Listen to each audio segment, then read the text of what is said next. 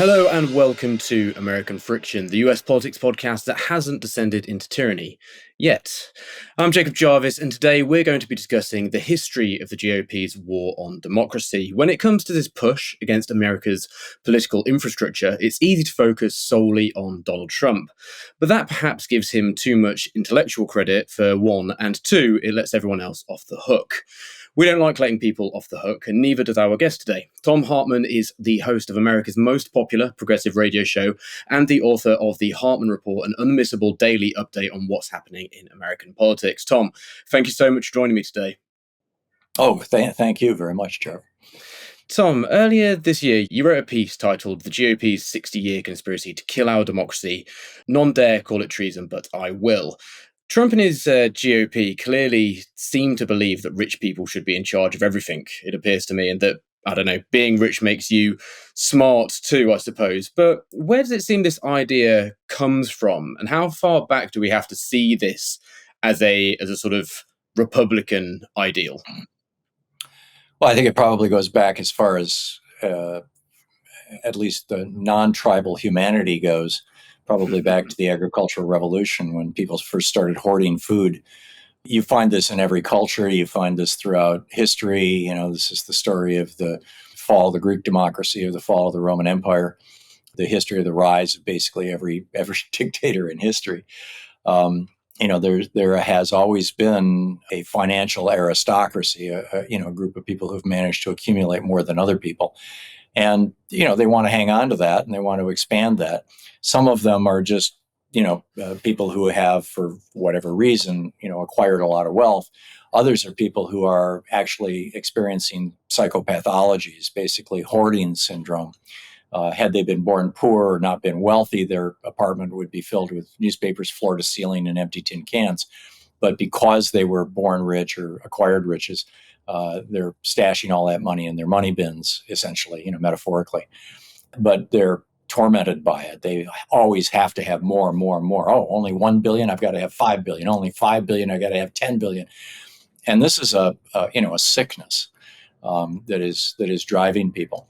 You combine that with the fact that in modern industrial society, wealth also equals power, and power equals safety, and safety is at the foundation, at the bottom of Maslow's hierarchy of human needs. It's one of the most fundamental human needs. So then, you get how seductive and how powerful and how dangerous this all can be. And that's why historically democracies have erected guardrails to prevent the emergence of oligarchy, and why historically capitalist societies have regulated capitalism.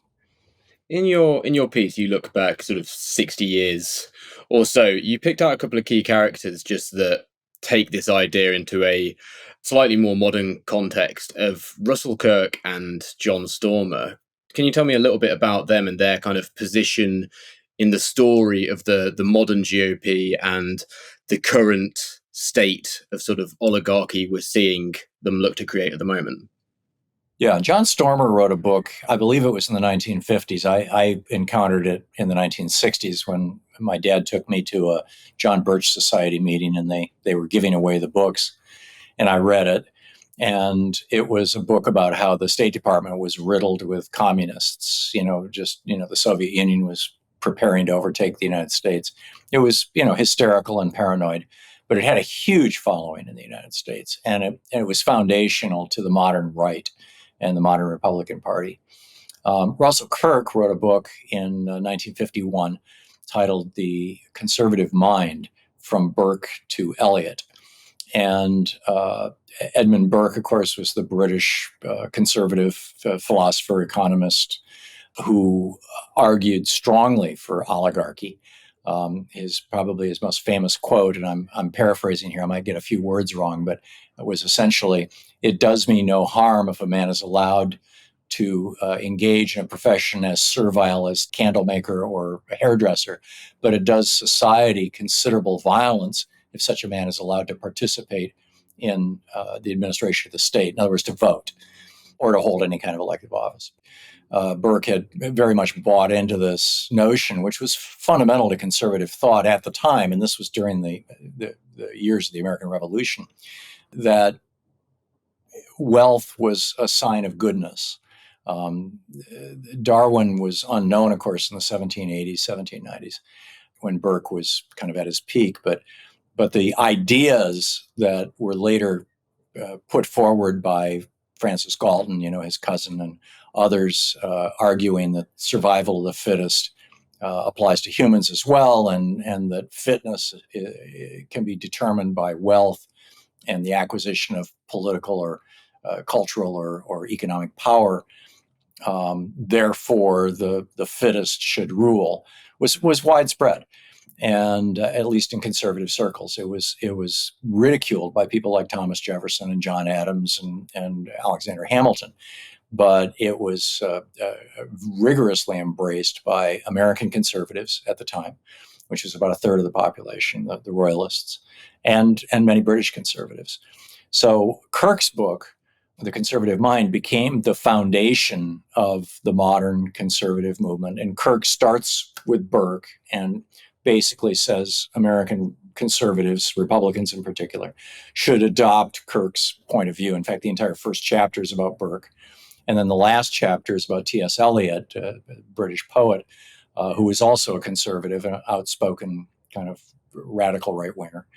And in between is the whole, arc of 200 years. And Kirk's thesis, basically comported with all that if the riffraff ever acquired too much power in American society, that they would turn us into a socialist nation, that they would destroy, the work incentive, that they would destroy the wealth of the country, et cetera. So, these two thinkers had writers had tremendous influence on the American right and on the Republican Party. We look at today's Republican Party and think, these guys are nuts. They've gone so far to the right, but really they're not that far off from where Burke was in 1790 or Kirk was in 1951. How do any of them try and sort of square the ideal of suggesting that rich people are better and wealth is goodness? How do they square that with religious values, which also seem to be something that the right claim to adhere to or push upon people, at least more so? Or is it just like we see with the modern GOP, that it's basically always just been hypocrisy? They've just gone, well, we can hold both those ideas in our head and we don't really care if you criticize us. Yeah, it's really that simple. It is hypocrisy. Christianity was aggressively used by slave owners in the South and the Confederacy back in the day. The basic message was just keep picking that cotton, and someday when you get to heaven, you'll get your reward. And there's enough stuff in the Bible that, just like in the Quran or any other religious text, that it's easy enough for hypocrites to pick and choose and promote a religious view that they can use as justification for their worldview. Probably the most visible dimension of this today, at least in America, I don't know if this is a big thing in British society, but it's the so-called prosperity gospel. That if you embrace Jesus and live a righteous life, aka the men are in charge, gays are out, white guys are, et cetera, then God will reward you with contemporary riches, in your lifetime. It's kind of a way around that teaching where Jesus said to the wealthy man, give away everything you own and follow me.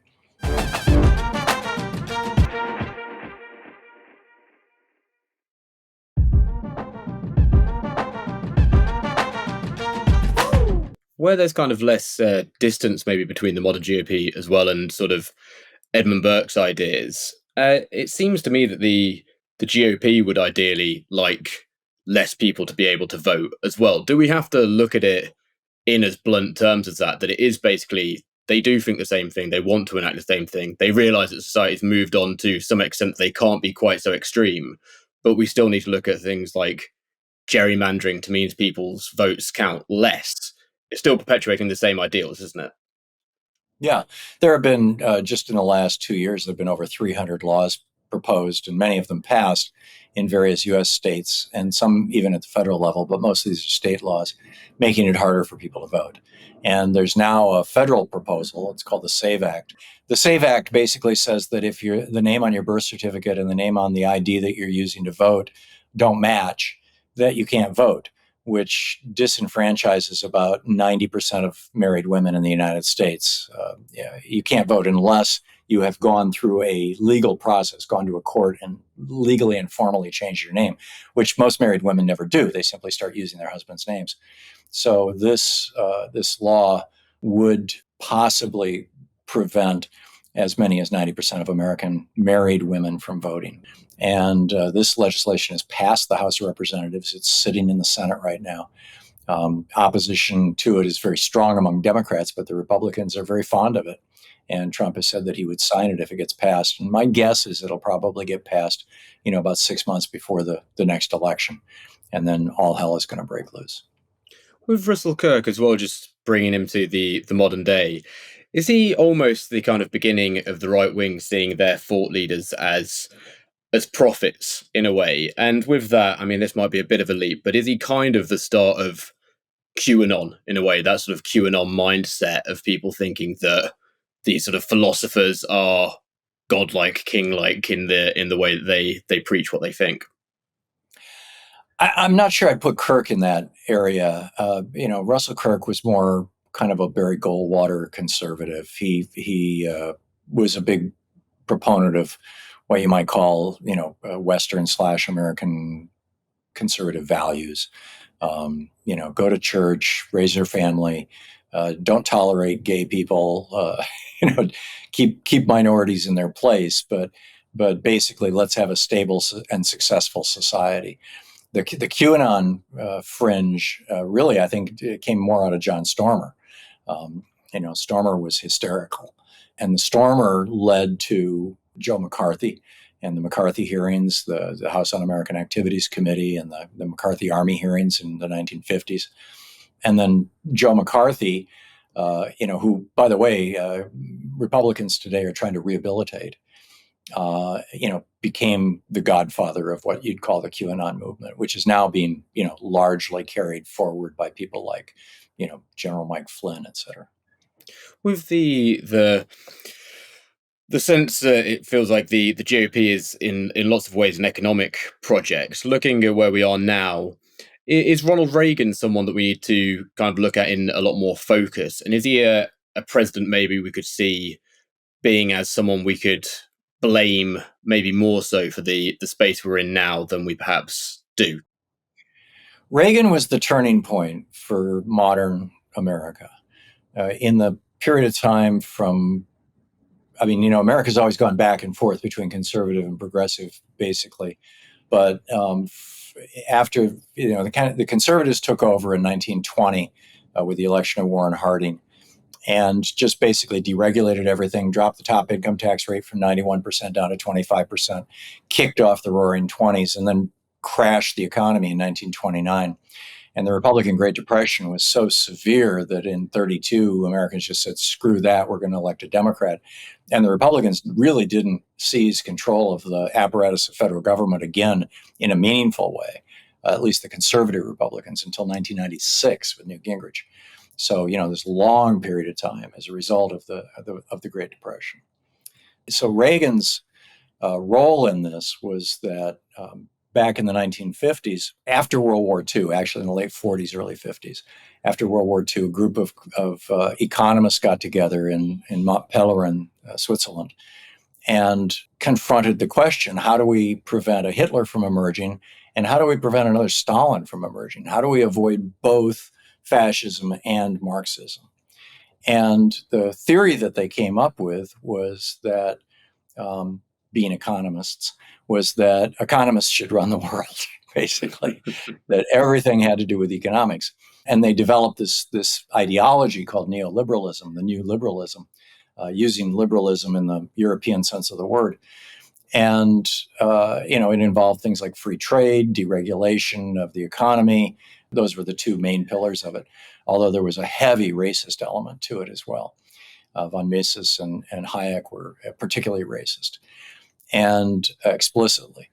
Reagan was the first American president to really embrace neoliberalism. And he dropped the top tax rate from 74% down to 25%. He embraced the General Agreement on Tariffs and Trade, which led to the World Trade Organization. His administration began the negotiations, which were finished by his vice president's administration, George Herbert Walker Bush, for the North American Free Trade Agreement and NAFTA. And, kind of the beginning of the end of the tariff era, which had lasted from the George Washington administration up until the 1980s, and the beginning of the so-called free trade era, which had some significant benefits for America, but also essentially gutted the American middle class with a more heavily regulated economy and more heavily regulated capitalism before Reagan's neoliberalism. In 1981, when Reagan became president, we had roughly 2/3 of American families in the middle class, solidly in the middle class, where a single paycheck could buy a house, buy a new car every 2 or 3 years, take a vacation every year, put your kids through college, and save money for retirement for old age.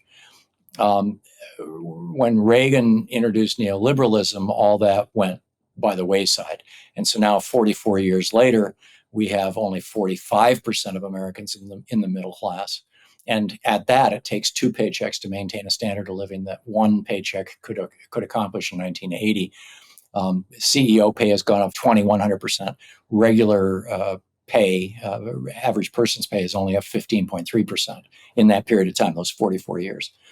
So what neoliberalism has done is it's gutted the American middle class. It's produced a bumper crop of billionaires. America has more billionaires than any place in the world, and they own more wealth. We have 3 men who own more wealth than the bottom half of Americans. We have a handful of billionaire families who own more wealth than the bottom 80% of Americans. And that's a situation that had just basically never happened before in this country. And this kind of massive wealth inequality, essentially oligarchy, we've been living in an oligarchy basically since the Reagan Revolution, has produced a backlash that just invites populism. And you had 2 competing populist narratives coming into the modern era, one being Bernie Sanders' progressive populism, kind of echoing FDR's populism. And then you had Donald Trump's right-wing populism, kind of echoing Hitler's populism. And had Bernie not been sabotaged by the Clinton machine in 2016, I'm convinced that we would have rejected neoliberalism and gone back to, an FDR-style managed, regulated capitalism and managed economy. But instead, we got Trump, and now we're getting Reagan's neoliberalism on steroids, with the exception of the tariff policies, which Trump is doing so with such incompetence that they're just screwing things up. Yeah, I wanted to ask you about that it seemed like his economic platform feels to me to be, as you say, just an incredible sort of doubling down on Reagan, but then doing something that is completely opposite what Reagan would do as well. Do you think there's any, I'm sorry to make you try and give logic to Donald Trump's thinking, but is there any logic to that? Or is that just batshit, basically, to be trying to do both of those things at the same time? Yeah. Well, in 1792, when George Washington was president, he asked Alexander Hamilton, or 1791, he asked Alexander Hamilton, who was the Secretary of the Treasury, to come up with a policy that could turn America into a great industrial society like England was. And because at the time our economy was agrarian, it was mostly based on agriculture. And Hamilton came up with his 11-point plan for American manufacturers, which included government subsidies for businesses that we thought would be strategic, included tariffs on goods imported overseas, on encouraging the import of raw materials and the export of finished goods, discouraging the import of finished goods or the export of raw materials. And it built America. It turned America into a massive economic powerhouse. In 1989, China adopted Hamilton, explicitly, overtly adopted Hamilton's policy, and that has turned China into the world's, factory floor. That was the policy. Hamilton's policy was what Reagan rejected.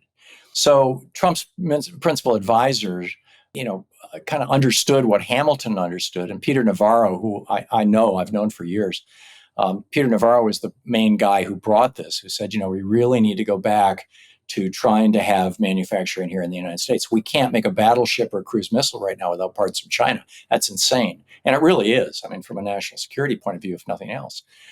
The problem is, what Hamilton pointed out is you don't do tariffs on countries, you do tariffs on products. You figure out which products you want to make sure that are made in the United States, and you put tariffs on them. And everything else you don't care about. And we don't need to tariff sandalwood, carved sandalwood from Thailand. We have no sandalwood industry here. We don't need to tariff bananas from Honduras. We have no banana agriculture here. But you do want to tariff things like chips, computer chips. So Trump comes along and he understands that tariffs are good, that they can protect economies and in fact even bring manufacturing back home. But he has no understanding of how they work. And so he just starts throwing tariffs on countries rather than on products. And it's just, the man is not bright. He is deeply and profoundly simple. And there's a certain almost charming simplicity to his hate, to his racism, and to his childlike understanding of the economy.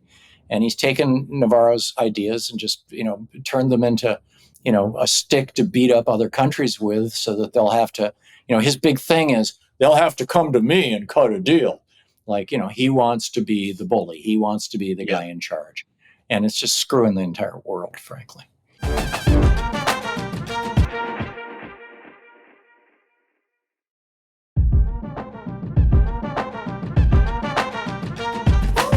This is a bit of a pessimistic question, particularly for people such as ourselves who are trying to make sense of what Trump is doing. But with all of this, it always feels important to look back on the history and to see where these ideas came from. But does Trump read any of this? Do you think Trump actually looks back on any of this? How are these deep thoughts making it through to Trump when, quite famously, he just only watches Fox News? How is he sort of magpie cherry picking these sort of ideas? Trump does not read. That's one of the things that we know. His first wife said that he had a collection of Hitler's speeches on the bed table next to his bed throughout their marriage. And it was the only thing he ever read, and he very rarely read that. This was the bane of the CIA during his first administration, was that he would not read their daily reports. And so they started coming up with slideshows and little graphics, and they figured out that if every article or every presentation that they made to him had his name in it and had some story about him in it, then he would pay attention to it. Like I said, he's childlike in that regard.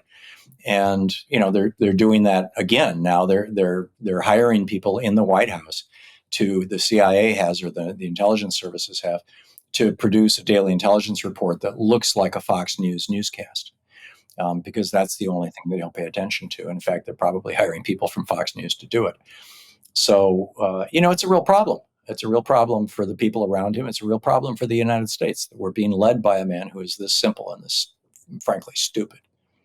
Well, if he sacks Pete Hegseth as Secretary of Defense, at least maybe then he can host Trump's daily newscasts. That might be a useful secondary job for him. The downside is he'll hire somebody worse.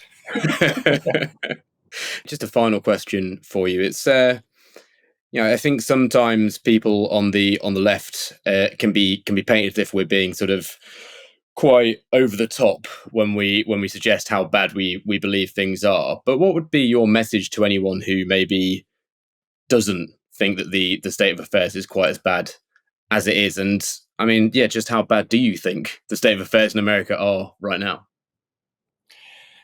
Well, I think anybody who doesn't think it's bad isn't seriously paying attention.